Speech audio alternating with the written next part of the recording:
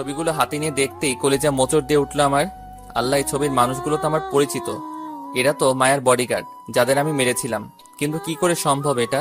একদিকে মায়ের বডিগার্ড, অন্যদিকে তারা নাকি জাদুঘরের ছেলেদেরকেও মেরেছে। জাদুঘর, ভালো করে দেখো তাদের। এরাই কি তোমার ছেলেদেরকে মেরেছে? কারণ এদের আমি চিনি।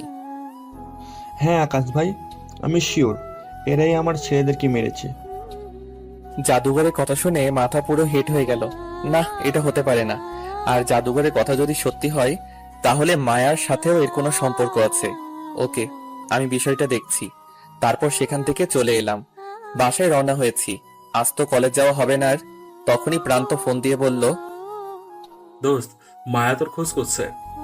সে এখনো বাসায় যায়নি তোর জন্য। আমায়ও যেতে দিচ্ছে না, বলছে তুই না আসলে সে বাসায় যাবে না, আর আমাকেও যেতে দেবে না। তুই প্লিজ যেখানে আসিস তাড়াতাড়ি কলেজ যায়।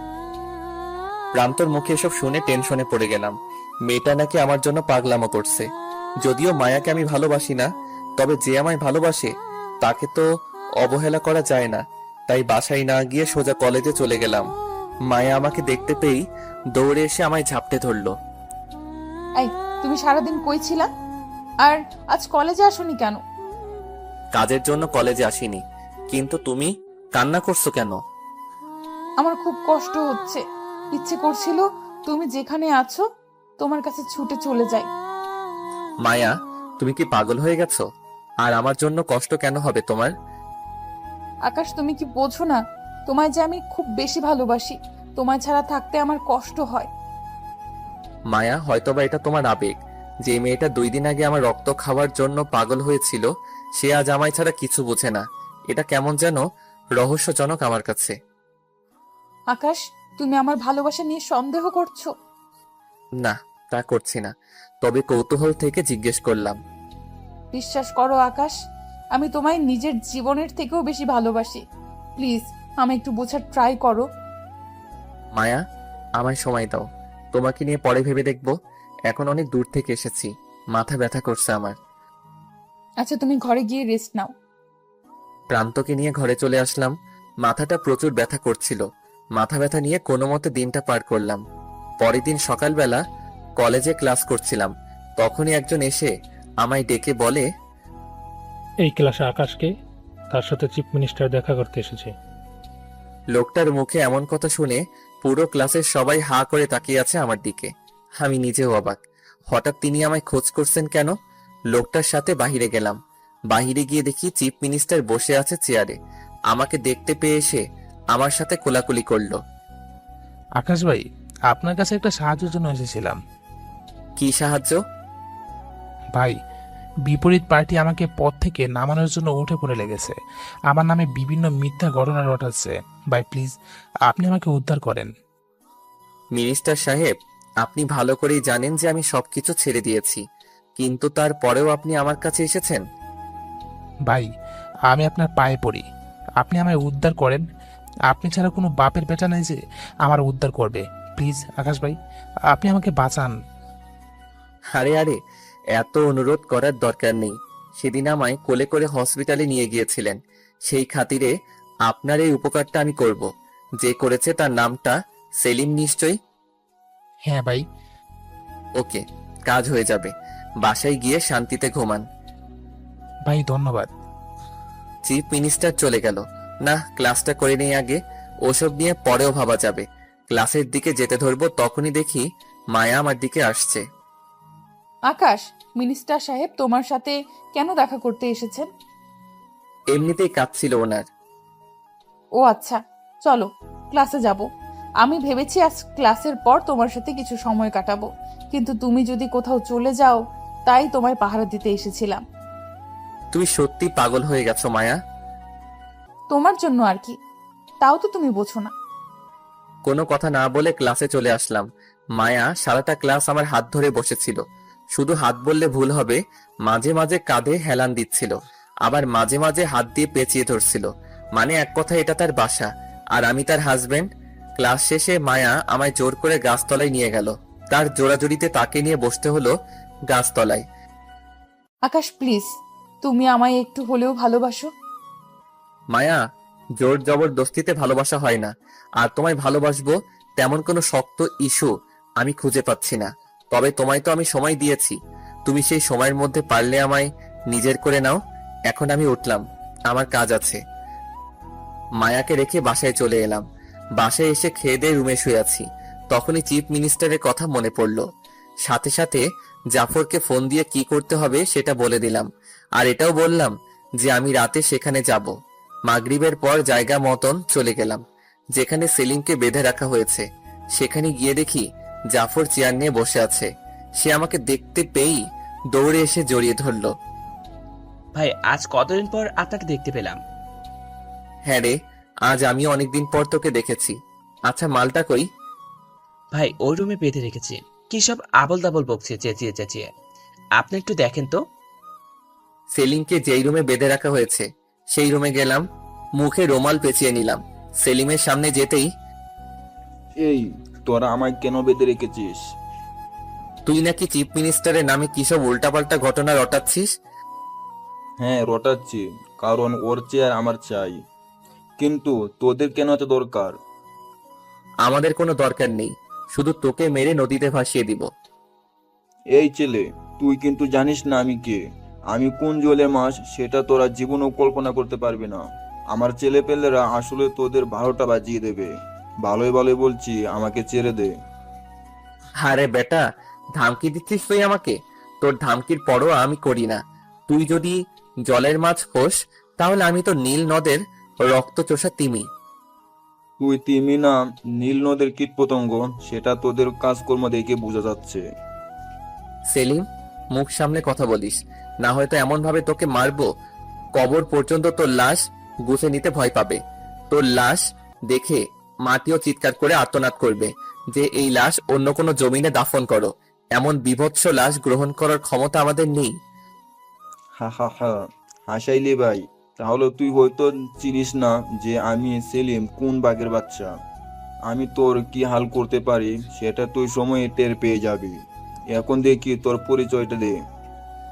মুখ থেকে মাস্কটা খুলে ফেললাম। মাস্ক খুলতেই দেখি সেলিম আমার দিকে বড় বড় চোখ করে তাকিয়ে আছে। কিরে বাঘের বাচ্চা, এভাবে হা করে কি দেখছিস এখন? ভাই আপনি, আমার তো বিশ্বাসই হচ্ছে না। লা ইলাহা ইল্লাম তা সুবহানাকা ইন্নী কুনতু মিনাজ জালিমিন। হে আল্লাহ, আমি কার সাথে পাঙ্গা নিয়ে বসলাম? এবার তো আমার আর রক্ষা নেই। সেলিম আকাশকে দেখে ভয়ে কাঁপতে কাঁপতে চেয়ার নিয়ে উল্টে পড়ে যায়। বিশ্বাস হবে যখন আমি আমার রূপে ফিরে আসব। সেলিম মাটিতে পড়েই আকাশের কাছে মাপ চাচ্ছে। ভাই প্লিজ, আপনি আমায় ক্ষমা করে দেন।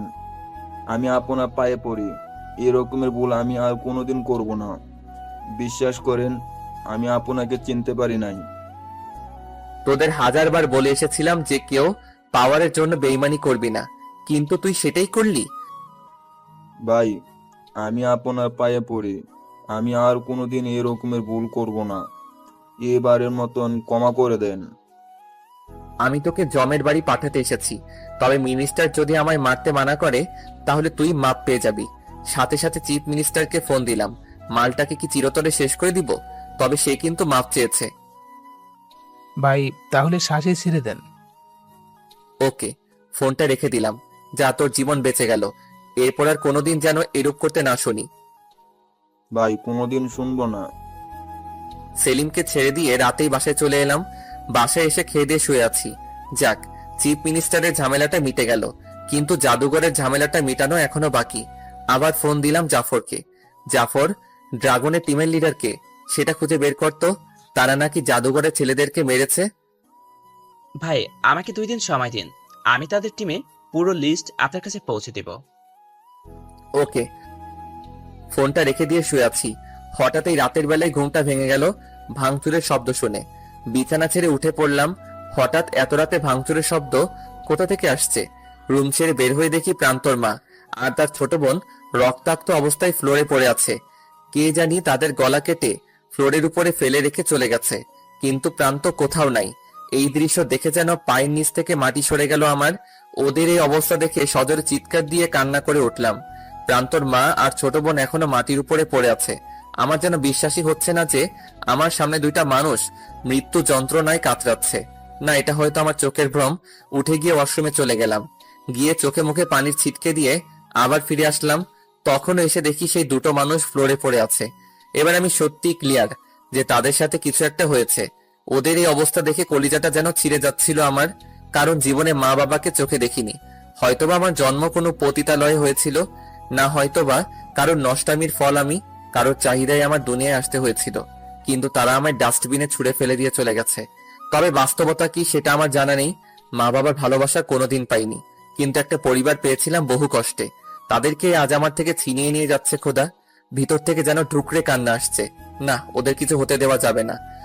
জাফরকে ফোন দিয়ে তাড়াতাড়ি গাড়ি আনতে বললাম। তারপর তাদের দুজনকে নিয়ে হসপিটালে চলে গেলাম। কেবিনের বাহিরে দাঁড়িয়ে চোখের অশ্রু ঝরাচ্ছি। আল্লাহ, তুমি ওদেরকে আমার থেকে ছিনিয়ে নিয়ে যেও না। কাঁদতে কাঁদতে সেখানেই ঘুমিয়ে গেলাম। সকালবেলা কারোর ডাকে ঘুম ভাঙলো। চোখ মেলে তাকিয়ে দেখি মায়া। অবাক চোখে মায়ার দিকে তাকিয়ে আছি। আকাশ, কিভাবে হলো এমনটা? কে করেছে ওনাদের সাথে এরূপ আচরণ? কোনো কথা না বলে মায়াকে জড়িয়ে ধরে ফুপিয়ে কান্না করে দিলাম। মায়া, আমি জানি না ওদের এই অবস্থা কে করেছে, কিন্তু বিশ্বাস করো, ওদের কিছু হলে আমি নিজেকে ঠিক রাখতে পারবো না। আরে পাগল, কিচ্ছু হবে না ওনাদের। আমি তো খবর পেয়েই সাথে সাথে হসপিটালে চলে আসলাম। তোমায় কে খবর দিয়েছে? আরে, তোমায় সকাল থেকে ফোন করেছি, কতবার তুমি দেখো তো। মায়ার কথায় পকেট থেকে ফোনটা বের করে দেখি 17টা মিস কল।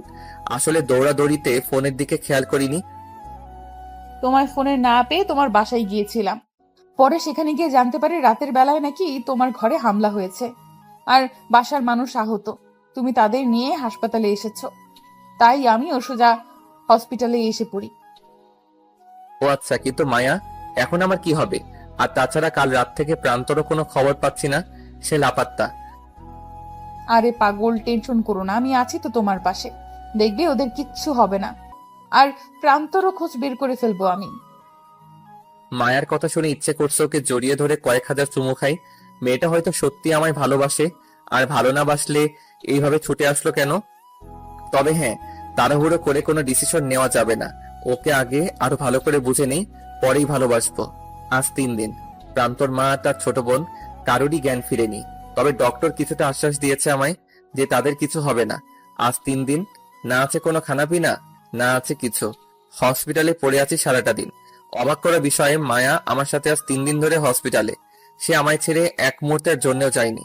তাকে অনেকবার বলেছি চলে যেতে, কিন্তু তার একটাই কথা, তোমায় এই হালাতে রেখে আমি যেতে পারবো না। বাবা, তুমি যদি সময় মতো না।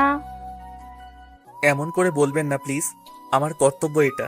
বহু কষ্টের বিনিময়ে একটা পরিবার পেয়েছি, তাদের তো আমি হারাতে পারবো না। কিন্তু আপনাদের সাথে এমনটা কে করলো? তখনই প্রান্তর মা কেঁদে দিল। বাবা, কিভাবে বলবো তোমায়, আমার যে বলার মতন কোনো ভাষা নাই। আচ্ছা, আপনার এখন কিছু বলতে হবে না, আমি নিজেই বের করে নিব। আর আপনি এখন রেস্ট করেন। তখনই কলেজ থেকে ফোন আসে।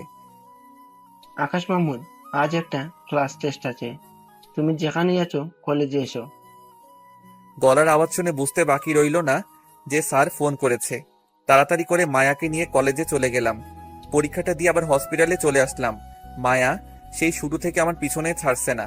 আমি রোগীর সেবা যত্ন করছি, সে আমার সেবা যত্ন করছে। আজ 25 দিন পর প্রান্তর মা আর তার ছোট বোনকে ঘরে নিয়ে আসলাম। তারা এখন মোটামুটি সুস্থ, কিন্তু আমি অসুস্থ হয়ে পড়লাম। আমার অসুস্থতায় মায়া আমার সেবা যত্ন করাই কোনো কমতি রাখেনি। এসব দেখে যেন পুরোপুরি ডুবে গেলাম মায়ার ভালোবাসায়। মায়া, তোমায় একটা কথা বলার ছিল। হ্যাঁ, বলো। আমার টাকা পয়সা বাড়ি গাড়ি কিছুই নেই। আমি যদি তোমায় আমাকে বিয়ে করতে বলি, তারপরেও কি তুমি আমায় বিয়ে করবে? হ্যাঁ, 100 বার করব। আমার টাকা পয়সা বাড়ি গাড়ি কিচ্ছু চাই না, কিন্তু তুমি আমায় পুরো লোক সমাজের সামনে স্ত্রীর অধিকারটুকু দিতে হবে। মানে কি বলছো বুঝলাম না। তুমি আমায় পুরো কলেজের সামনে স্ত্রীর অধিকার দিতে হবে। পুরো কলেজের সামনে সজোরে চিৎকার করে বলতে হবে তুমি আমায় নিজের স্ত্রী রূপে গ্রহণ করেছো। মায়া, এসবের মানে কি? বিয়েটা তোমায় আমি করব, কিন্তু সেসব কথা লোকসমাজে কেন এলান করতে হবে? কারণ আমি চাই পুরো কলেজ জানুক যে আমি তোমার ভবিষ্যৎ স্ত্রী। তোমার দিকে যেন এরপর আর কোনো মেয়ে চোখ তুলে তাকাতে না পারে। মায়া, এমনটা করা কি খুব প্রয়োজন? হ্যাঁ, কারণ পুরো কলেজের মেয়েরা তোমার দিকে ঝুঁকে আছে। আমি তোমায় হারাতে চাই না, তাই তুমি সেটা নিজেই লোকসমাজে এলান করো, তেমনটা আমি চাই। আচ্ছা যাও, আগামীকাল পুরো কলেজকে জানিয়ে তোমায় গ্রহণ করব। পুরো কলেজ জানবে মায়া আকাশের। এবার খুশি তো? মায়া খুশিতে আকাশকে জড়িয়ে ধরে অনেকগুলো চুমু বসিয়ে দেয় তার গালে। হ্যাঁ, আমি অনেক খুশি। আর চলো, আজ আমাকে নিয়ে ঘুরতে যাবে। আচ্ছা চলো। মনে মনে অনেক খুশি লাগছে যে মায়া আমাকে এতটাই ভালোবাসে। সে আমায় কখনো হারাতে চায় না। পুরো কলেজে যেন কেউ আর আমার দিকে সেরূপ দৃষ্টিতে না তাকায়। তাই সে নিজের অধিকার লোক সমাজকে সাক্ষী রেখে বুঝে নিতে চায়। মায়াকে নিয়ে ঘুরতে বের হলাম। ইস, আজ প্রান্ত যদি সামনে থাকতো তাহলে সে অনেক খুশি হতো। এখনো পর্যন্ত প্রান্তর কোনো খোঁজ আমি পাইনি। আই, এত কি ভাবছো? প্রান্তর কথা ভাবছিলাম, সে হঠাৎ করে কোথায় উধাও হয়ে গেল। আরে চিন্তা করিও না, দেখবে সে ঠিক চলে আসবে। তাই যেন হয়। এবার আমার দিকে ফোকাস করো, বাকি সমস্ত চিন্তা বাদ দাও। আচ্ছা। সেদিনটা মায়াকে নিয়ে অনেকটা ঘোরাঘুরি করলাম। নিজের ভিতরে কেমন যেন একটা ফিল হচ্ছে। আজ বাদে কাল মায়া আমার নিজের হবে ভাবতেই কেমন যেন খুশি লাগছে। সারাদিন ঘোরাঘুরি করে রাতের বেলায় বাসায় চলে আসলাম। এসে খেয়ে দিয়ে শুয়ে আছি, তখনই জাফরের কথা মনে পড়ল। সে আমায় বলেছিল ড্রাগন টিমের তথ্য দিবে। তাকে ফোন করলাম। কিরে, তুই না আমায় ড্রাগন টিমের পুরো তথ্য দেওয়ার কথা ছিল? সে তো আমি কবেই আপনাকে মেল করে দিয়েছি, কিন্তু আপনি হয়তো মেল চেক করেননি। জাফরের কথা শুনে অনেকটা অবাক হয়ে গেলাম। আচ্ছা দাঁড়া, আমি চেক করছি। চেক করে দেখি জাফর আমাকে অনেক আগেই মেইল করেছে। সরি রে, আমি আসলে বেশ টেনশনে ছিলাম, তাই চেক করতে সময় পাইনি। ভাই কোনো ব্যাপার না, সব তথ্য দিয়েছি, কিন্তু বাকি লিডার যে আছে তার কোনো তথ্য জোগাড় করতে পারিনি। তবে এতটুকু জেনেছি সে একটা মেয়ে। জাফরের কথা শুনে মাথার টনক নড়ে উঠল। কি বলিস রে, একটা মেয়ে ড্রাগনের মেইন লিডার? হ্যাঁ ভাই, তবে আমার মনে হচ্ছে না সে শুধু মেয়ে লিডার, তার পিছনে হয়তো কেউ আছে। ওকে ঠিক আছে, বাকিটা আমি দেখে নিচ্ছি। কিন্তু শোন, আগামীকাল কলেজে আসবি, কারণ তোর ভাবিকে সবার সামনে বিয়ের প্রপোজাল দিতে বলেছে। ওকে ভাই। ওকে, এখন রাখলাম। জাফরের সাথে কথা বলে ফোনটা রেখে দিলাম। সমস্ত কিছুর হিসাব নিকাশ করলাম যে কে হতে পারে। জীবনে তো কম নেতা খেতাকে দেখিনি। বহু বড় বড় নেতা খেতা, লিডার, ভক্কর চক্কর বহুকে দেখেছি, কিন্তু তাদের মাঝে কোনো মেয়েকেই তো এইরূপ দেখিনি। হয়তোবা সে কোনো নতুন পাবলিক, আমার সাথে তার পালা কখনো পড়েনি। এসব নিয়ে ভাবছিলাম, তখনই মায়া ফোন দিল। এই যে শুনছো?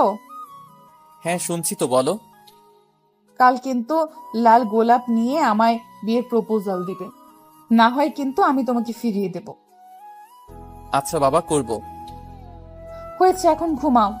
এটা বলার জন্যই ফোন করেছিলাম। আচ্ছা।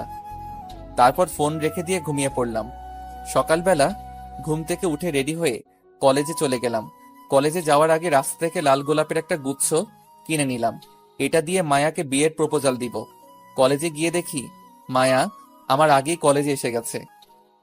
এত সময় লাগে আসতে? হ্যাঁ, আরে ফুল কিনতে একটু দেরি হয়ে গেছে। এখন কত কি যে বলো না। হয়েছে, এবার প্রপোজ করো বিয়ের জন্য। এই যে সবাই শুনছেন, যে যেখানে আছেন সবাই দাঁড়িয়ে যান। সবাই 1 মিনিট একটু সময় নিয়ে এদিকে ফোকাস করুন। মায়া, আমি তোমায় খুব ভালোবাসি। আমি তোমার 2 জীবনের সাথী হতে চাই। আমি তোমার সাথে সারা জীবন পাড়ি দিতে চাই। যে জীবনে শুধু থাকবে ভালোবাসা আর ভালোবাসা, যে জীবনে থাকবে না কোনো কষ্টের ছিটে ফোঁটা। মায়া, উইল ইউ ম্যারি মি? তুমি কি আমায় বিয়ে করবে? তুমি কি আমায় দেবে সেই অধিকারটুকু? তখনই পেছন থেকে কেউ একজন এসে আকাশের মাথায় লাঠি দিয়ে সজোরে এক বাড়ি মারে। আকাশ মাগো বলে চিৎকার দিয়ে মাটিতে শুয়ে পড়ে। চিরচির করে রক্ত পড়ছে মাথা থেকে। আকাশ মাথায় হাত দিয়ে পেছন ফিরে দেখে প্রান্ত। প্রান্ত, তুই? হ্যাঁ আমি। বলে সজোরে হাসতে থাকে। কি রে জানোয়ারের বাচ্চা, তুই না বলো অনেক বড় হয় না? হ্যাঁ, তো না কেউ কিচ্ছু করতে পারবে না। আরে প্রান্ত, তোমার কি মাথা খারাপ হয়ে গেছে নাকি? কাকে কি বলছো তুমি? এই কুকুরের বাচ্চা যদি হায়না হয়, তাহলে হায়নাকে কি বলবে তুমি? এই ছোট লোক তো আমার জুতারও সমান না। বলে মায়া আকাশের মুখের দিকে মুখের মধ্যে জুতা ঘষে দেয়। অবাক চোখে তাকিয়ে আছি প্রান্ত আর মায়ার দিকে। তাদের দুজনকে যেন আমার কাছে অপরিচিত লাগছে। হে আল্লাহ, কাকে ভালোবাসলাম আমি, যে কিনা ছলনাময়ী এক রক্তচোষা। এই ছোট লোক এরকম করে তাকিয়েছিস কেন? মায়া, তুমি আমার সাথে এমনটা কেন করলে? কেন, সেদিনের কথা কি ভুলে গেছিস, যেদিন আমার বাবা আর আমার মা ইজ্জত ধুলোয় মিশিয়ে দিয়েছিলি? মায়া, সেসব তো তোমাদের ভুল ছিল। এই ছোট লোক, ভুল কি সহি সেটা আমাদের উপরে ছেড়ে দে। তবে তুই যেদিন ভরা মজলিসে আমাদের অপমান করেছিলি, সেদিন এই প্রতিজ্ঞা নিয়েছিলাম যে তোর 12টা বাজাবো। তাই তোর সাথে ভালোবাসার নাটক করেছি। মায়ার কথা শুনে থ হয়ে তাকিয়ে আছি মায়ার দিকে। শোন, তোকে চাইলে আমি অনেক আগে শিক্ষা দিতে পারতাম। যেই মায়া পুরো ড্রাগন টিম পরিচালনা করে, সেই মায়ার কাছে তুই একটা মশা মাছি। তোকে সায়স্তা করা মায়ের জন্য কোনো ব্যাপার ছিল না, কিন্তু আমি ইচ্ছে করেই তোকে সায়স্তা করিনি, কারণ তুই আমাদের ইগোতে হার্ট করেছিস, লোকালয়ে অপমান করেছিস, আমাদের মা ইজ্জত পুরো ডুবিয়ে দিয়েছিস। তাই তোর সাথে এই খেলাটা এইভাবেই খেললাম, যাতে করে খোয়ানো ইজ্জত আবার ফিরে পেতে পারি আর তোর 12টা বাজাতে পারি। মায়ার কথা শুনে যেন আকাশ ভেঙে মাথায় পড়লো মতন অবস্থা। তার মানে মায়া এই ড্রাগনের লিডার, কিন্তু জাফর যে বলল তার উপরেও হয়তো কেউ আছে। কোনো কিছুরই যেন হিসেব মিলছে না। যাকে এত ভালোবাসলাম, সে আমার সাথে ছলনা করে শরীরের সমস্ত রক্ত চুষে নিল। প্রান্ত মায়া না হয় আমার উপরে প্রতিশোধ নেওয়ার জন্য আমার সাথে ভালোবাসার মিথ্যা ছলনা করেছে, কিন্তু তুই কেন করলি? তুই না আমাকে নিজের ভাই মানতি? কি বলি? আমি তোকে ভাই মনে করতাম? মাথা ঠিক আছে তোর?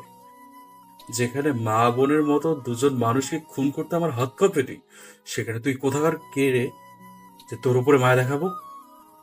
প্রান্তর কথা শুনে আরো বড় ধরনের শক খেলাম। তার মানে তুই তোর মা আর বোনকে খুন করতে চেয়েছিলি? এ বেটা, কিসের মা বোন রে? ওরা আমার কেউ নয়। ওরা যদি আমার রক্তের কেউ হতো, তাহলে কোনোদিনও খুন করতে যেতাম নাকি রে পাগলা? হ্যাঁ, মানে কি বলছিস তুই? মানে হলো সবকিছুই আমাদের প্ল্যান ছিল। ছোটকাল থেকে ইচ্ছে ছিল যে দেশের মধ্যে রাজ করব, তাই মায়ের সাথে হাত করি আর ওকে ড্রাগনের লিডার বানিয়ে দেই। জীবনে অনেক বড় বড় আন্ডারওয়ার্ল্ডের ডনের সাথে কাজ করেছি আমি। সবকিছুর পিছনে ছিল একটাই উদ্দেশ্য, যে দেশে রাজ করা। কিন্তু রোস্টার আমায় বলেছিল যে যতদিন আকাশ মাহমুদ দেশে আছে, ততদিন আমি রাজত্ব করতে পারবো না। তাই তোকে শেষ করার জন্য কাজে লেগে পড়ি। তোর অনেক খোঁজ করেছি, কিন্তু কোথাও তোর খোঁজ পাইনি। কিন্তু আমার খবরে নিউজ দিয়েছিল যে তুই আমাদের কলেজে ভর্তি হবি, তাই সুযোগের অপেক্ষায় বসে থাকি আমরা। তবে তোকে বের করা এত সহজ ছিল না, কিন্তু কাবরিটাও বলেছে যে তুই জনমর্দরতি। তাই সেই মোতাবেক একটা প্ল্যান সাজাই আমি আর মায়া, যে সে আমায় মারবে আর তুই আমায় নিশ্চয়ই বাঁচাতে আসবি, কারণ তুই অন্যায়ের বিপক্ষে লড়েছিস সব সময়। ব্যাস, তুই সেটাই করলি, আমায় বাঁচাতে এসে গেলি। তারপর তোকে চিনে ফেললাম, তবে শিওর ছিলাম না যে তুই সত্যি আকাশ কিনা। তবে পরবর্তীতে যখন মায়ের বাবার ঘাম ছুটিয়ে দিলি, তখনই বুঝে গেলাম যে তুই সেই আকাশ, এই সেই আকাশ। আর যে দুইজনের গলা কেটেছি আমি, তাদেরকে মা বোন সাজিয়েছিলাম আমি ভয় দেখিয়ে, যাতে করে তোর পুরোপুরি খবর বের করতে পারি আর তোর কাছ থেকে তোর সম্পর্কে ভালো করে জানতে পারি। তোর কথা শুনে খুব হাসি পাচ্ছে রে প্রান্ত। রোস্টার তোকে অর্ধেক ইনফরমেশন দিয়েছে আমার। সে তোকে এটা বলেনি যে আকাশ মাহমুদ কোনো ভয়ঙ্কর চিতাবাঘ, আর তার দ্বিতীয় আরেকটা পরিচয় আছে। আরে তোর পরিচয় দিয়ে আমার কাজ কি রে? আমার কাজ তো তোকে শেষ করা। তাই তোকে শেষ করে সমস্ত ক্ষমতা পেয়ে যাবো আমি। মৃত্যুকে ডেকে এনেছিস তুই প্রান্ত? কি বললি তুই আমায়? তোর এত বড় সাহস যে তুই আমায় হুমকি দিস? মৃত্যুর দুয়ারে তো তোকে আমি আজ পাঠিয়ে দেবো। আশেপাশে তাকিয়ে রাখতো কত ছেলে পেলে আমার। আশেপাশে তাকিয়ে দেখি কয়েক শতাধিক ছেলেপেলে। এত ছেলেপেলে দেখে খুব হাসি পাচ্ছে। কয়েক শতাধিক ছেলেপেলে নিয়ে আমায় মারতে চলে এসেছে, কিন্তু সে জানে না আমি কে। আর রোস্টারও তাকে পুরোপুরি বলেনি আমার সম্পর্কে। যদি জানতো জীবনেও আসতো না আমায় মারতে। যেখানে রোস্টার নিজে আমায় মারতে পারিনি, সেখানে রোস্টারের চেলা আমাকে মারবে? বলে শব্দ করে হেসে উঠলাম। কিরে, মৃত্যুকে চোখের সামনে থেকে খুব হাসি পাচ্ছে বুঝি?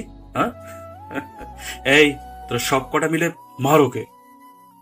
প্রান্তর কথা অনুযায়ী তার ছেলেপেলেগুলো আকাশকে মারতে শুরু করে। আকাশকে মাটিতে ফেলে এলোপাতাড়ি মারছে তারা। আকাশ চুপচাপ মার খেয়ে যাচ্ছে মাটিতে পড়ে। তখনই হুট করে কোথা থেকে যেন আলিফ সাহেব দৌড়ে আসে, এসে প্রান্তর কাছে হাত জোর করে মিনতি করে। বাবা প্লিজ আকাশকে ছেড়ে দাও, তোমার কাছে হাত জোর করে করছি। মায়া তার বাবার এরূপ কাণ্ড দেখে থতমত খেয়ে যায়। বাবা তুমি কি সব পাগলের মতন কাজ কারবার করছো?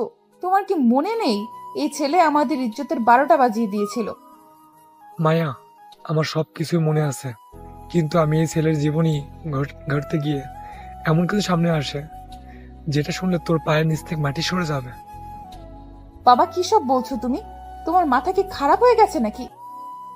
মায়া, আমার এত কিছু পাওয়ার থাকা সত্ত্বেও আমি চুপসে আছি, আর তুই আমার মেয়ে হয়ে এই ছেলেকে মারতেও উঠতে পারে পড়ে লেগেছিস। বিশ্বাস কর, এটা কোন সাধারণ মানুষ না, খোদার কসম, যাকে তোরা মেরেছিস সে একটা ভয়ঙ্কর হায়না। বাবা কে এই ছেলে? আগুন, যে কিনা এক রাতে 11টা টিমের খবর করে ছেড়ে দিয়েছিল, যে কিনা বেস্ট 11টা টিম নিয়ে 300 ছেলেকে জমের বাড়ি পাঠিয়ে দিয়েছিল। এটাই সেই আকাশ, ওরফে আগুন। বাবার মুখে আগুনের নাম শুনে মায়া থতমত খেয়ে যায়। বাবা কি বলছো তুমি? আরে মা, সত্যি বলছি। প্রান্ত তোকে সমস্ত কিছু বলেনি, বলেছে শুধু একজনকে শেষ করলেই সমস্ত ক্ষমতা তোরা পেয়ে যাবি, কিন্তু এটা বলেনি যে কাকে মারতে চলেছিস তোরা।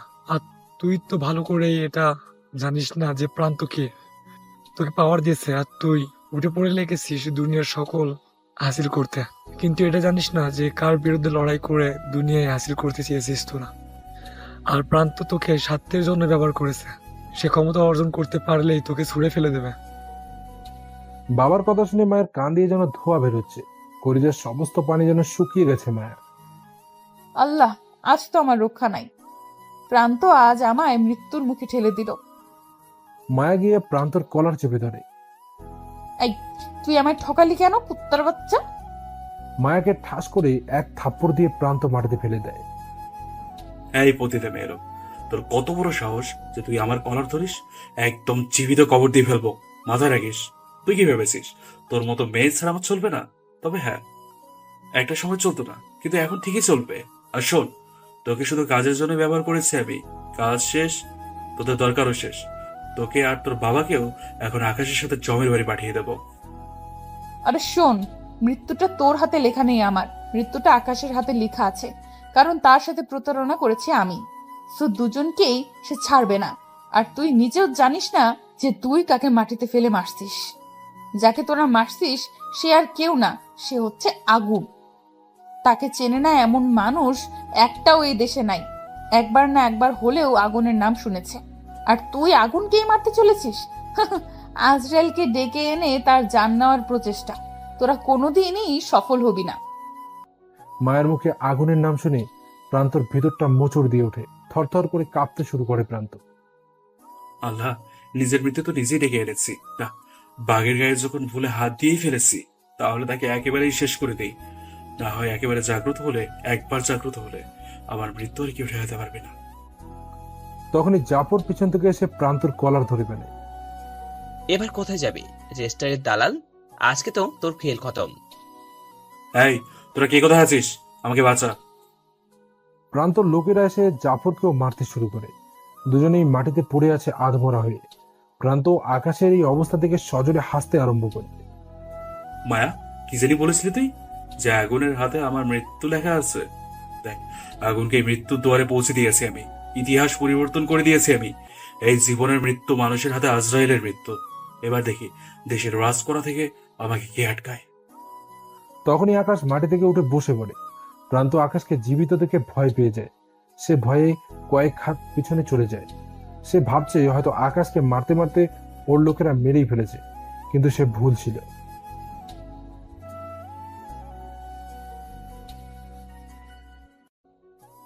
এই, তোরা তাকিয়ে থেকে কি দেখছিস?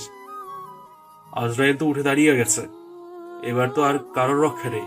নিজেদের জীবন বাঁচাতে চাস তো তাড়াতাড়ি মার ওকে, না হয় সে আমাদের রূহ পার্সেল করে পাঠিয়ে দেবে ওপরে। প্রান্তর কথা মতন ওর লোকেরা আকাশকে মারার জন্য আবার এগিয়ে যায়। তখনই পুরো কলেজ কাঁপতে শুরু করে। সবাই তো হা হয়ে তাকিয়ে আছে কি হচ্ছে এটা দেখে। তখনই প্রান্ত দেখতে পায় যে কলেজের গেট দিয়ে কয়েক হাজার হায়না প্রবেশ করে। পুরো শহর ভেঙে ছেলেপেলে একত্র হয়ে গেছে। এবার কই যাবি কমিনার বাচ্চা প্রান্ত? বাপকে মারার আগে তোর জেনে আসা উচিত ছিল যে তুই যেই বাপকে মারতে এসেছিস সেই বাপ ই তোকে দুনিয়ার মুখ দেখিয়েছে। আজ তোকে মেরে এই বাংলার মাটিতে এমন করে তোর সমাধিটা করব যাতে করে মানুষ তো দূরের কথা, ইবলিশ শয়তানও তোর কবরের সামনে আসতে ভয় পাবে। ইবলিশ শয়তানও চিন্তায় পড়ে যাবে যে এই মানুষটাকে জমের দুয়ারে কে পাঠিয়েছে এইরকম বিভৎসভাবে মেরে। আকাশের কথা শুনে যেন প্রান্তর গলা শুকিয়ে গেছে।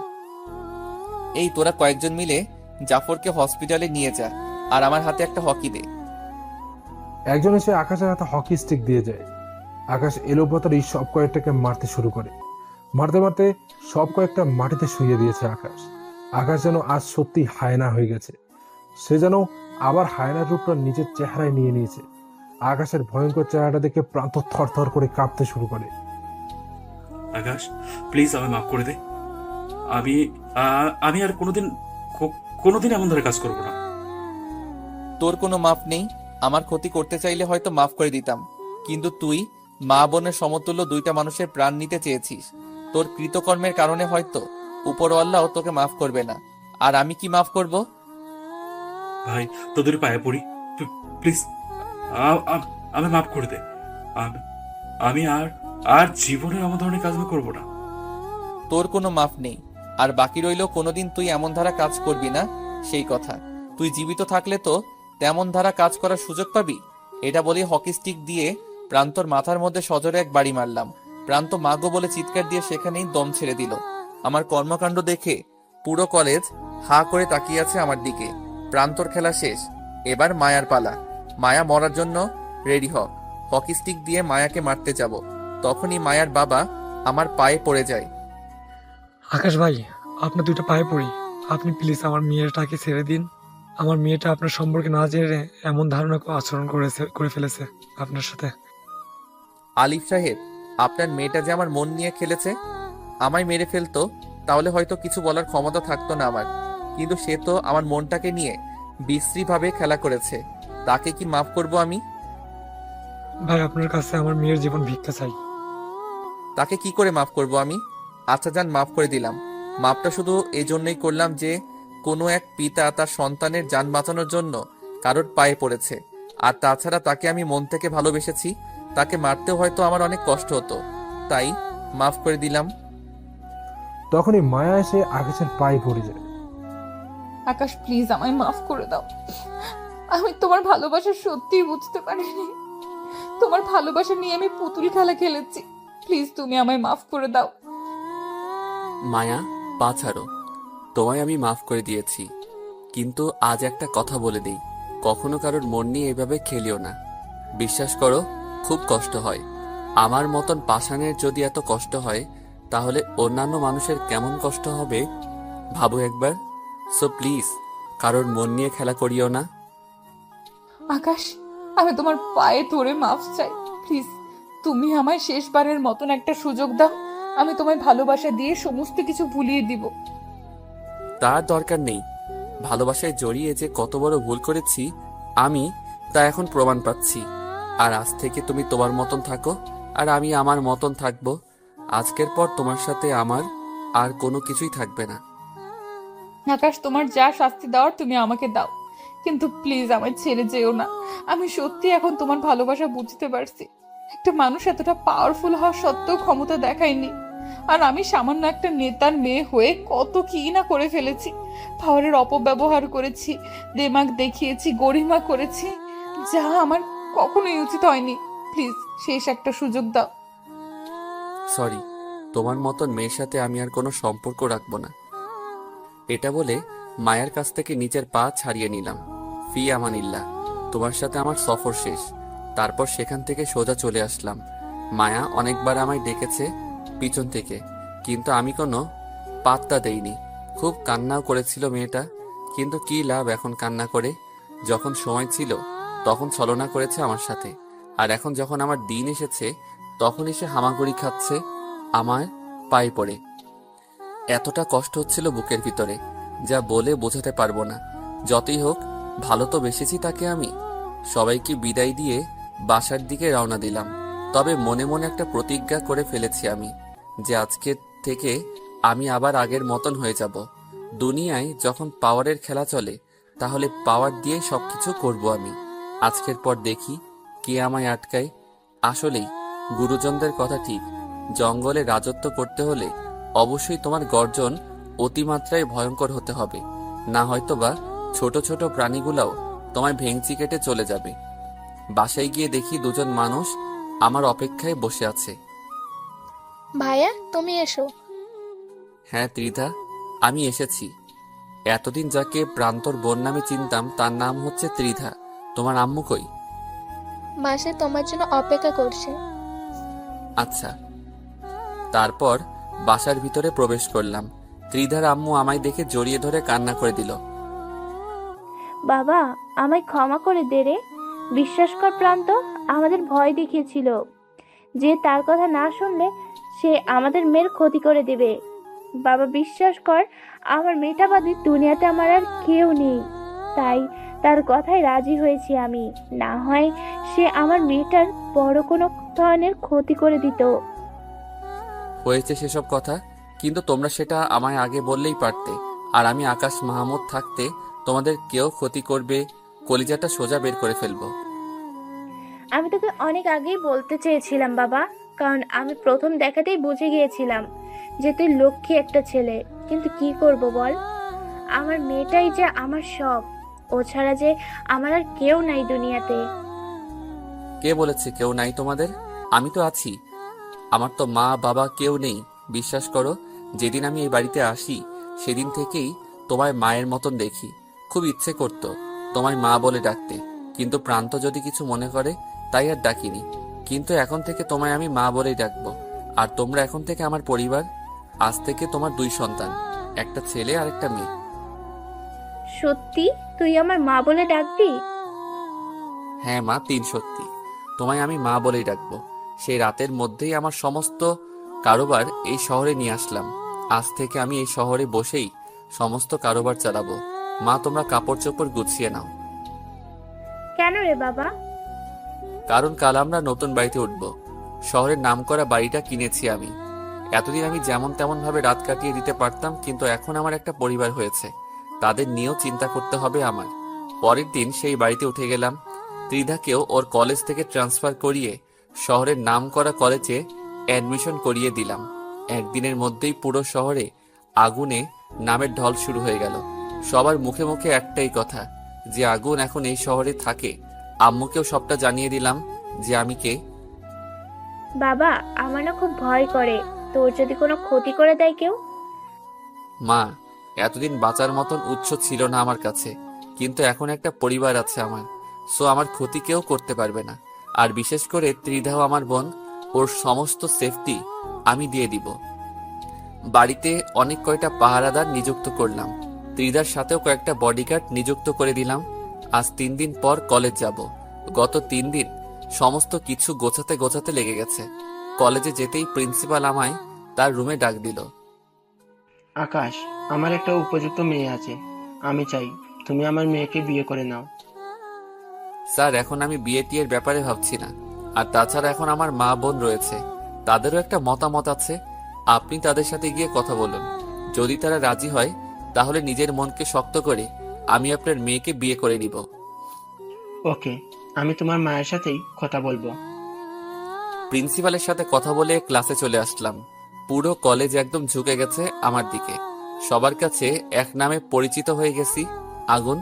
সিনিয়র নাই, জুনিয়র নাই, সবাই প্রেমের প্রপোজাল দিচ্ছে, কিন্তু আমি কাউকেই সাড়া দিলাম না। কারণ একজনকে সাড়া দিয়ে জীবনটাকে নরকে ঠেলে দিতে ধরেছিলাম। স্যার ক্লাস করাচ্ছে, ক্লাসে মন দিলাম। মায়া আজ অন্য টেবিলে বসেছে।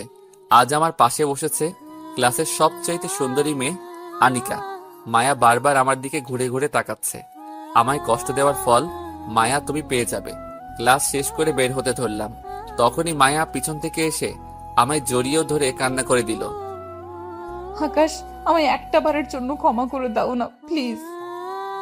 মায়া প্লিজ আমায় ছাড়ো, তোমার সাথে আমার আর কোনো কিছু নেই। সো নিজের রাস্তা মাপো। না, আমি তোমায় ছাড়বো না। আমি সত্যিই ভুলছিলাম আকাশ। এখন আমার সামনে সবকিছুই ক্লিয়ার। আমি আর কাউকে চাই না, আমি তোমাকেই চাই। কিন্তু আমার তোমাকে চাই না। প্রিন্সিপাল স্যার তার মেয়ের সাথে আমার বিয়ের কথা পাকা করতে আমার মায়ের কাছে যাবে। আমার মা যদি রাজি হয় তাহলে আমি তাকেই বিয়ে করে নিব। প্লিজ আকাশ, তুমি এমনটা করো না। আমার খুব কষ্ট হবে আকাশ। তোমায় অন্যের সাথে দেখতে পারবো না আমি। বিশ্বাস করো, আজ যখন আনিকা তোমার পাশে বসে তোমার সাথে হাসাহাসি করছিল, তখন আমার খুব কষ্ট হয়েছে। যেমন কর্ম করেছো তেমনটাই ফল পাচ্ছ তুমি। আর তোমার কষ্ট হলে আমি কি করব? একবার তো বললাম, এই যে তোমার সাথে আমার সমস্ত সম্পর্ক শেষ, সো এবার নিজের মতন থাকো বলে ঝাটকা দিয়ে মায়ের কাছ থেকে নিজেকে ছাড়িয়ে নিলাম। তারপর মায়াকে রেখে সেখান থেকে চলে এলাম। হসপিটালের উদ্দেশ্যে রওনা হয়েছি। আজ জাফরকে দেখতে যাব। হসপিটালে গিয়ে জাফরের সাথে দেখা সাক্ষাৎ করে বাসায় চলে এলাম। বাসায় পৌঁছে ফ্রেশ হয়ে নিলাম। তারপর অপেক্ষা করতে লাগলাম ছেলেপেলের জন্য। আমার সব কয়টা পুরনো গাড়ি এখানে নিয়ে আসতে বলেছি ছেলেদেরকে ফোন করে। আম্মু এসে শরবত দিয়ে গেল। সোফায় বসে বসে শরবত খাচ্ছিলাম। তখনই দরজার কলিং বেল বেজে উঠল। হয়তো ছেলেপেলেরা গাড়ি নিয়ে এসেছে আমার। উঠে গিয়ে দরজা খুলে দিলাম। দরজা খুলে যা দেখলাম তাতে তো আমার চোখ সোজা কপালে উঠে গেল। মিনিস্টার সাহেব তার মেয়েকে নিয়ে এসেছে আমার বাড়িতে। মেয়ের সাজগোজ দেখে বুঝতে বাকি রইল না যে কেন এসেছেন মিনিস্টার সাহেব। আকাশ ভাই, কি খবর? এই তো মিনিস্টার সাহেব, আল্লাহ রেখেছে। আপনার কি খবর? আমিও আছি মোটামুটি। রাজনীতির মানে অনেকটা ঝামেলা চলছে। সেসব ঝামেলা কাঁধে বয়ে নিয়ে কি পুরোপুরি ভালো থাকা যায়? রাজনীতির ময়দানটাই এমন মিনিস্টার সাহেব। আচ্ছা আসেন, ভিতরে আসেন। আকাশ ভাই, বাইরে তো সেই দেখে কিনছেন। আরে আর সেই কোথায়? আচ্ছা সেসব বাদ দেন তো, বলেন কেন এসেছেন? আসলে আকাশ ভাই, আমি চাই আমার মেয়েটাকে আপনি বিয়ে করেন। যেটা ভেবেছিলাম সেটাই হয়েছে। আমার ধারণাই সঠিক মিনিস্টার সাহেব। আমি সেসব নিয়ে এখনো ভাবিনি। আর তাছাড়া আমার পরিবারকে গোছাতে আরো অনেকটা সময় লাগবে। ততদিন বিয়ে শাদী করব না। আকাশ ভাই, আপনি না করিয়েন না প্লিজ। আমার মেয়েটা খুব লক্ষ্মী। আশা করি আপনার সাথে তার জোড়াটা অসাধারণ হবে। মিনিস্টার সাহেব, আমি এখন বিয়ে করব না। তবে হ্যাঁ, বাসায় আমার মা বোন আছে। তারা যদি রাজি হয় তাহলে আমি আপনার মেয়েকে বিয়ে করব। আপনি আমার মায়ের সাথে কথা বলেন, আমি ডাক দিচ্ছি। একটু পর আম্মু আসলো অন্য রুম থেকে। আসলে আমি আপনার ছেলের সাথে আমার মেয়ের বিয়ে দিতে যাচ্ছিলাম, কিন্তু আপনার ছেলে তো সোজা না করে দিল। তবে হ্যাঁ, আপনি যদি রাজি থাকেন তাহলে নাকি আপনার ছেলে বিয়ের ব্যাপারে ভাববেন। মিনিস্টার সাহেবের মুখে এমন কথা শুনে আম্মু আমার দিকে হা করে তাকিয়ে আছে। আকাশ, ওই রুমে আয় তো বাবা, তোর সাথে একটু কথা আছে। হ্যাঁ মা, এবার বলো। বাবা দেখ, জীবনটা তোর, তাই ডিসিশনটাও তোর। তোর উপরে আমি কোনো ডিসিশন নিব না। আর তাছাড়া কপাল গুণে তোর মতন ছেলে পেয়েছি, কিন্তু তারপরেও তোর উপরে তো আমি চাপিয়ে দিতে পারি না। আর আমার তো তোর জীবন নিয়ে কথা বলার কোনো রাইট নাই। মা, তুমি হয়তো এখনো আমাকে ছেলের নজরে দেখতে পারোনি। না রে বাবা, এমন কিছুই না। আমি জানি মা। আসলে দেখো মা, আমি মায়াকে লাভ করতাম। সে আমার সাথে চিট করেছে, কিন্তু মনের মধ্যে তার জন্য জায়গাটা এখনো রয়ে গেছে। তার উপরে অনেকেই বিয়ের কথা বলছে, কিন্তু আমার এসবে কোনো মতামত নেই। আর অনেক কষ্টের বিনিময়ে মা বোনকে পেয়েছি। তাদের পরিপূর্ণ সুখ দিয়ে নিজের কথা ভাববো। আর তাছাড়া তুমি মা, তুমি চাইলে যে কোনো সিদ্ধান্ত নিতে পারো। তোমার সিদ্ধান্ত নিয়ে আমার কোনো আপত্তি নাই। আকাশের কথা শুনে আকাশের মায়ের চোখ দিয়ে টুপটুপ করে পানি পড়া শুরু করে। বাবা, জানি না তুই কার গর্ভের সন্তান, তবে এটা বলবো তুই দুনিয়ার শ্রেষ্ঠ সন্তান। আর তুই আমার ছেলে। তোকে পেয়ে জীবনের সবচেয়ে বড় পাওয়াটা আমি পেয়েছি। আরে মা, তুমি কান্না করছো কেন? আমি তোমার সন্তান, তোমারই থাকবো। নিজের হাতে মায়ের চোখের পানিগুলো মুছে দিলাম। আম্মু, এবার কি ডিসিশন নিবে বা নিলে সেটা গিয়ে মিনিস্টার সাহেবকে জানাও। চল তুই। মিস্টার সাহেব, আসলে দেখেন, আমি আমার ছেলের বিয়েটি নিয়ে এখনো ভাবিনি। আমার ছেলে বিয়ে আমি এখন দিব না। আরো কিছুটা সময় যাক, তারপর না হয় ওর জন্য বৌমা খুঁজবো। তবে হ্যাঁ, বৌমা খুঁজলে আপনার মেয়েটাকে আমার ছেলের জন্য পারফেক্ট কিনা সেটা তখন ভেবে দেখবো। আমার মেয়ের সাথে আকাশের বিয়ে দিলে খুব খুশি হতাম। তবে সমস্যা নেই, আপনারা সময় নিন, পরে না হয়ে জানাবেন। জি আমি সেটাই বলছি। মিনিস্টার সাহেব চলে গেল। আমি আম্মুকে জড়িয়ে ধরে বসে আছি। বাবা টেনশন করিস না, আমি জানি তোর ভিতরে কি চলছে। তুই কিছুটা দিন সময় নে, পরে না হয় তোর বিয়ের ব্যাপারটা নিয়ে ফোকাস করিস। হ্যাঁ মা, সেটাই করব। দেখি মন মানসিকতা কতদূর কি হয়। তবে এখনো মায়ের জন্য ভালোবাসা ভিতরে পুষে রেখেছি, সেটা হয়তো কোনোদিন মন থেকে যাবে না। যাওয়ার দরকারও নেই, যা আছে মনে থাক, পরে সময়েরটা সময় দেখা যাবে। আম্মু আমায় ভরসা দিচ্ছিল, তখনই ছেলেপেলেরা আমার গাড়ি নিয়ে আসে। আম্মু আজ থেকে ত্রিধাকে বলে দিবে সে যেন গাড়ি ছাড়া চলাফেরা না করে, আর তুমিও গাড়ি ছাড়া চলাচল করবে না। আচ্ছা। আম্মু কাজ করছে, আমি আমার রুমে শুয়ে আছি। মায়ার কথা খুব মনে পড়ছিল। না, ওকে আমি যতই ভালোবাসি না কেন, কিন্তু ওকে আমি কখনোই মাফ করব না। কি থেকে যে কি হয়ে গেল তা ভাবতেও কলিজা মোচড় দিয়ে ওঠে। আজ আমার ভিতরে রক্তক্ষরণ হচ্ছে। সেই রক্তক্ষরণ যে করেছে তাকে আমি কোনো দিনও মাফ করব না। আর তার আসল গোড়া যে, তাকে তো আমি ছাড়বই না। রোস্টারের কারণে এসব কিছু হয়েছে, তো তাকেই জমের বাড়ি পাঠাবো। জাদুঘরকে ফোন লাগালাম। আকাশ ভাই, কি হালচাল বলেন? হালচাল আর কি বলবো, তবে একটা উপকার করতে হবে আমার, তাহলে হয়তো পুরোপুরি ভালো হবে হালচাল আমার। কি উপকার ভাই? রোস্টারের সাথে তো তোমার ভালো খাতির, তাকে তোমার দেশে আনতে হবে, তার রক্ত পান করব আমি। ভাই, তার আগে আপনাকে কিছু বলার আছে। হ্যাঁ বলো। রোস্টার গতকাল আমায় ফোন দিয়েছিল। সে বলল আমি যাতে তার পক্ষে চলে যাই, তার পক্ষে গিয়ে আপনাকে শেষ করি। কিন্তু আমি ভালো মন্দ কিছুই বলিনি, কারণ যার নুন আমি খেয়েছি তার সাথে কোনোদিন এই গুটিবাজি আমি করতে পারবো না। তার মানে রোস্টারও এক দফা আমার সাথে খেলতে চায়? হ্যাঁ ভাই। ওকে, সমস্যা নাই, সে খেলার আগে আমি খেলে দিব। তুমি শুধু তাকে ফুসিয়ে ফাঁসিয়ে দেশে আনো, তারপরে খেলাটা আমার উপর ছেড়ে দাও।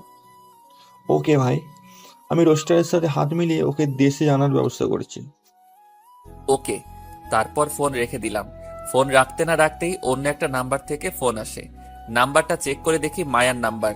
ফোনটা রিসিভ করে, কি জন্য আমায় ফোন দিয়েছো? আকাশ, আমার খুব কষ্ট হচ্ছে, বিশ্বাস করো। তোমায় ছাড়া নিজেকে খুব একা একা লাগে। কেন যে তোমার সাথে অমনটা করতে গেলাম, আজ তার ফল ভোগ করতে হচ্ছে আমার। যেরূপ কর্ম করবে সেরূপ ফল তো অবশ্যই পাবে। আকাশ প্লিজ, তোমার দুটো পায়ে পড়ি, আমি শেষবারের মতো একটা সুযোগ ভিক্ষা দাও। শারীরিক কষ্ট পেলে হয়তো মনটাকে বুঝ দিতে পারতাম, কিন্তু এখানে তো মনটাকে কষ্ট দিয়ে পচিয়ে ফেলেছো তুমি। সেই মন তোমার উপরে বসাবো কি করে আমি? আকাশ, আমি ভালোবাসা দিয়ে তোমার মনটাকে আবার আগের ন্যায় করে দিব। তার আর কোনো দরকার নেই। আপাতত যেমন আছি তেমনটাই থাকতে চাই আমি। আর আমার জীবনে তোমার মতন মেয়ের আর কোনো দিন জায়গা হবে না। আকাশ, আমি হাল ছাড়বো না, তোমায় আমি নিজের করেই ছাড়বো। খোদার কাছে দুহাত তুলে তোমায় ভিক্ষা চাইবো, তিনি তো আমায় খালি হাতে ফিরিয়ে দিবেন না। যা করার করো। যে কষ্ট দিয়েছো আমায় সেটা তোমার খোদাও দেখেছে, হয়তো কোনোদিন তোমার দোয়া কবুল হবে না। এবার রাখলাম ফোন বলে মুখের উপরে ফোনটা রেখে দিলাম। সবকিছু থেকে ব্লক করে দিয়েছি তাকে। পরের দিন সকালবেলা উঠে ফ্রেশ হয়ে নিলাম। আম্মু নাস্তা লাগিয়েছে, সেটা খেয়ে দিয়ে কলেজে চলে গেলাম। কলেজে গিয়ে শুনি আজ নাকি ক্লাস হবে না। মায়া নাকি আজ কলেজে প্রিন্সিপালের সাথে অনেক হাঙ্গামা করেছে আমার জন্য। আবার আনিকাকে নাকি পিটুনিও দিয়েছে সে। মেজাজটা পুরো বিগড়ে গেল। না, মায়াকে শিক্ষা দেওয়া উচিত। মায়ার খোঁজ করতে লাগলাম। অবশেষে গিয়ে দেখি মায়া ক্লাসরুম বন্ধ করে বসে আছে। মায়া দরজা খোলো। কথা মতন মায়া দরজা খুলে দেয়। কি শুরু করেছো তুমি? হ্যাঁ, প্রিন্সিপালের সাথে নাকি আমাকে নিয়ে হাঙ্গামা করেছো, আবার আনিকাকেও মেরেছো? হ্যাঁ করেছি, কারণ সেই লোক তার মেয়ের সাথে তোমার বিয়ের কথা কেন বলল? আর আনিকাকে মেরেছি, সে তোমার সাথে গতকাল চিপকিয়ে কেন ছিল? সেটা আমার ব্যাপার, তোমার তো এখানে কোনো ফাংশন নেই। নেই মানে অবশ্যই আছে, তুমি শুধু আমার। তোমাকে আমি আর কারো হতে দিব না। দরকার হয় এর জন্য আরো পদক্ষেপ আমি নিব। তুমি আসলেই মানুষ না মায়া, তোমার মধ্যে মনুষ্যত্বের কোনো কিছুই নেই। তুমি নিজের স্বার্থের জন্য মানুষের খুন করতে পারো, তুমি নিজের ফায়দার জন্য মানুষের মনে আঘাতও দিতে পারো। আজকে যা করলে তারপর তো তোমার উপর থেকে আমার সমস্ত ভালোবাসা উঠে গেছে। যদিও মনে মনে কিছুটা ভালোবাসতাম, আজ সেটাও নেই। আকাশ প্লিজ, তুমি এমনটা করো না। আমি সত্যিই মরে যাব। তোমার জন্যই তো এমনটা করেছি। যাও, মরে যাও, তাও তোমায় আমি কোনোদিন গ্রহণ করব না। মায়া আকাশের এইরূপ কথা শুনে কান্না করতে করতে সেখান থেকে চলে যায়। আজ 1 মাস মায়া ক্লাসে আসে না। মোটামুটি আমিও তাকে ভুলে গেছি। ক্লাসের সবার সাথে মোটামুটি ভালো বন্ধুত্ব হয়ে গেছে আমার। মোটামুটি দিনকাল ভালোই কাটছিল। অনেক কয়টা বেস্ট ফ্রেন্ড হয়েছে আমার। হঠাৎ একদিন সকালবেলা আমার এক ক্লাসমেট সাইমা এসে আমায় বলে, আকাশ, তুই কি কিছু জানিস? কি জানবো আমি? মায়া আজ 41 দিন ধরে হসপিটালে সে মৃত্যুর সাথে পাঞ্জা লড়ছে। তোর সাথে সেদিন কথা বলে যাওয়ার পর নাকি সে খাওয়া দাওয়া একদম ছেড়ে দিয়েছিল। বাসার কারোর সাথেই নাকি কথা বলতো না, একা একা থাকতো। হুট করে একদিন রাতের বেলায় নাকি সুইসাইড করে বসে। সাইমার মুখ থেকে এমন ধরনের কথা শুনে পায়ের নিচ থেকে যেন মাটি সরে গেল আমার। আমি জানি মায়া আমার জন্য এমন করেছে। যত যাই হোক, ভালো তো বাসি তাকে। কলিজায় এক ভয়ঙ্কর রকমের মোচড় দিল। সাথে সাথে বুকে হাত দিয়ে মাটিতে বসে পড়লাম। মনে হচ্ছে যেন কলিজাটা কেউ লবণ দিয়ে কাঁচা চিবিয়ে খাচ্ছে। আকাশ প্লিজ, ভেঙে পড়িস না। সাইমা, আমায় প্লিজ হসপিটালে নিয়ে চল তো। ওকে চল। সাইমার সাথে হসপিটালে চলে গেলাম। হসপিটালে গিয়ে দেখি আলিফ সাহেব কেবিনের সামনে বসে বসে ঝিমাচ্ছে। বুঝতে বাকি রইল না যে সামনের কেবিনেই মায়াকে রাখা হয়েছে। কোনো কথা না বলে সোজা কেবিনে ঢুকে গেলাম। কেবিনে ঢুকে দেখি মায়া শুয়ে আছে, আর তার মুখে মাস্ক লাগানো। মায়ার এই অবস্থা দেখে ভিতরটা যেন ফেটে যাচ্ছিল। এখন আমার কি করা উচিত তা আমি জানি না। তবে হ্যাঁ, মায়াকে আমি কোনোদিন গ্রহণ করব না। তবে তার এই অবস্থার জন্য আমি দায়ী, কিন্তু দায়ীটা তার জন্যই হতে হয়েছে আমাকে। এসব ভাবছিলাম তখনই মায়া আমায় হাতের ইশারায় ডাক দিল। ধীরে ধীরে মায়ার কাছে গেলাম। মায়া, তুমি এমনটা কেন করলে? কোনো উত্তর নাই। মায়া, তুমি এমনটা কেন করলে? তখনই সে কান্না করে দিল। মায়া, এসব পাগলামো কেন করতে গেলে তুমি? মায়া হাতের ইশারায় আকাশকে মুখের মাস্কটা খুলে দিতে বলল। মেয়েটার চেহারা কেমন যেন ফ্যাকাশে হয়ে গেছে। আকাশ, আমায় একটা বার বুকে টেনে নিবে, খুব কষ্ট হচ্ছে আমার। মায়া, আমি পাষাণ নই, কিন্তু বিশ্বাস করো এই বুকে তোমার জন্য আর জায়গা নেই। প্লিজ একটা বার বুকে নাও না। মায়া, আমায় ক্ষমা করো তুমি। আমি তোমায় বুকে নিতে পারবো না। আর তুমি এটা বলো যে তুমি এমনটা কেন করলে? তুমি তো বলেছিলে মরে গেলেও তুমি আমায় গ্রহণ করবে না, তাই মরতে চাইলাম। কিন্তু তোমায় ছাড়া আমার খুব কষ্ট হয়। তুমি যখন অন্য মেয়েদের সাথে কথা বলো তখন মনে হয় যেন আমার কলিজা ছিঁড়ে যাবে। বিশ্বাস করো, আমি আর সহ্য করতে পারছিলাম না, তাই মৃত্যুকে বেছে নিয়েছি। মায়া, পাগলামন লিমিট ক্রস করে ফেলেছো তুমি। মরে যাওয়াই সবকিছু সমাধান না। দুনিয়ায় থেকে কিছু করার ট্রাই করো। হ্যাঁ, আমি বেঁচে থাকতে চাই, কিন্তু তোমায় নিয়ে। তুমি বলো, তুমি আমায় ছেড়ে যাবে না? সারা জীবন তুমি আমার হয়ে থাকবে? না হয় কিন্তু কখন কি ঘটিয়ে ফেলবো তা আমি নিজেও জানি না। মায়ার কথা শুনে বুকটা ধুপ ধুপ করছে। মেয়েটা যদি সত্যি কিছু করে বসে, একে তো অসুস্থ, দ্বিতীয়ত যে হারে পাগলামো করছে, আল্লাহ জানে কখন কি ঘটিয়ে বসে। না, তার থেকে ভালো মেয়েটাকে আশ্বাস দেই, তবে সত্যিকারত্বে না। সে সুস্থ হওয়া পর্যন্ত তার পাশে থাকবো। পরে আমি আমার মতন করে সাইড কেটে যাব। আর যাওয়ার আগে এমন কিছু কন্ডিশন দিয়ে যাব, সে আর জীবন নেও এসব করার কথা চিন্তা মাথায় আনবে না। আচ্ছা যাও, তোমায় ছেড়ে যাব না। এটা বলা মাত্রই মায়া আমার হাত শক্ত করে চেপে ধরল। আমি এখন সত্যি সুস্থ হয়ে যাব দেখিও, কারণ আমার বেঁচে থাকার উৎস আমি পেয়ে গেছি। সপ্তাহ 10 দিনের মধ্যে মায়া সুস্থ হয়ে উঠল। তাকে পুরোপুরি ভালোবাসা দিয়ে সুস্থ করে তুললাম। তবে আমার মনে অন্য কিছুই চলছে। এখন শুধু মনের ভাবনাটাকে বাস্তবায়নের পালা। মায়া এখন পুরোপুরি সুস্থ। একটা চিঠি লিখে মায়ার হাতে ধরিয়ে দিলাম। মায়া, আমি যাওয়ার পর এটা তুমি খুলবে। আচ্ছা। আমি চলে এলাম। অন্যদিকে আকাশ যাওয়ার পর মায়া চিঠিটা খোলে। মায়া, আমায় ক্ষমা করে দাও। আমি তোমায় দ্বিতীয়বার আর গ্রহণ করতে পারবো না, কারণ তোমাকে নিয়ে আমার ভিতর থেকে সমস্ত ভালোবাসা মরে গেছে। বিন্দু পরিমাণ ভালোবাসা নেই তোমাকে নিয়ে আমার মনে। অনেক ট্রাই করেছি তোমার সাথে মানিয়ে নেওয়ার, কিন্তু তোমার সেই দিনের কৃতকর্মগুলো চোখের সামনে ভেসে ওঠে শুধু আমার। আর এতদিন তোমায় সুস্থ করার জন্য ভালোবাসার নাটক করেছি। এখন তুমি পুরোপুরি সুস্থ। আমার দায়িত্ব এই পর্যন্তই ছিল। এবার আমি চললাম। আর একটা কথা, তুমি যদি সত্যি আমাকে ভালোবাসো তাহলে কোনোদিন আর উল্টাপাল্টা কিছু করবে না তুমি। ভালোবাসার কসম দিলাম তোমাকে। আজ থেকে নিজেকে গুছিয়ে নাও। উপরওয়ালা হয়তো তোমার সাথে আমার জোড়া লিখে রাখেনি, তাই হয়তো তোমার আর আমার মিলন হবে না। তবে যদি উপরওয়ালার লিখনে তোমার আর আমার মিলন থাকে, তাহলে অবশ্যই আমি তোমার হব। মাফ করে দিও আমায়। এতদিন তোমার সাথে মিথ্যে নাটক করার জন্য আমি চলে যাচ্ছি অনেক দূরে। হয়তোবা আর কোনোদিন তোমার সাথে আমার দেখা হবে না। তুমি নিজের খেয়াল রেখো মায়া। খোদা হাফেজ। আকাশের চিঠি পড়ে যেন মাথা ভো ভো করে ঘুরতে থাকে। না আকাশ, তুমি এমনটা করতে পারো না আমার সাথে। আমি তোমায় খুব ভালোবাসি আকাশ। প্লিজ এভাবে ফেলে রেখে চলে যেও না। মায়া আবার কান্নায় ভেঙে পড়ে। তখন আকাশের কথা মনে পড়ে। না, সে আমায় ভালো থাকতে বলে গেছে। আজ থেকে আমি ভালোই থাকবো, আর কখনো কাঁদবো না। কলিজা তোর জন্য। যা, তুই ভালো থাক। তবে আজ আমি প্রতিজ্ঞা করে নিলাম, হলে হব তোর, না হয় হব না আর কারোর। মায়া আবার কান্নায় ভেঙে পড়ে। তখনই আকাশের কথা মনে হয়। অন্যদিকে আকাশ বাসায় চলে যায়। সে সমস্ত যোগাযোগ অফ করে দিয়েছে মায়ার সাথে। কলেজও পরিবর্তন করে নিয়েছে সে।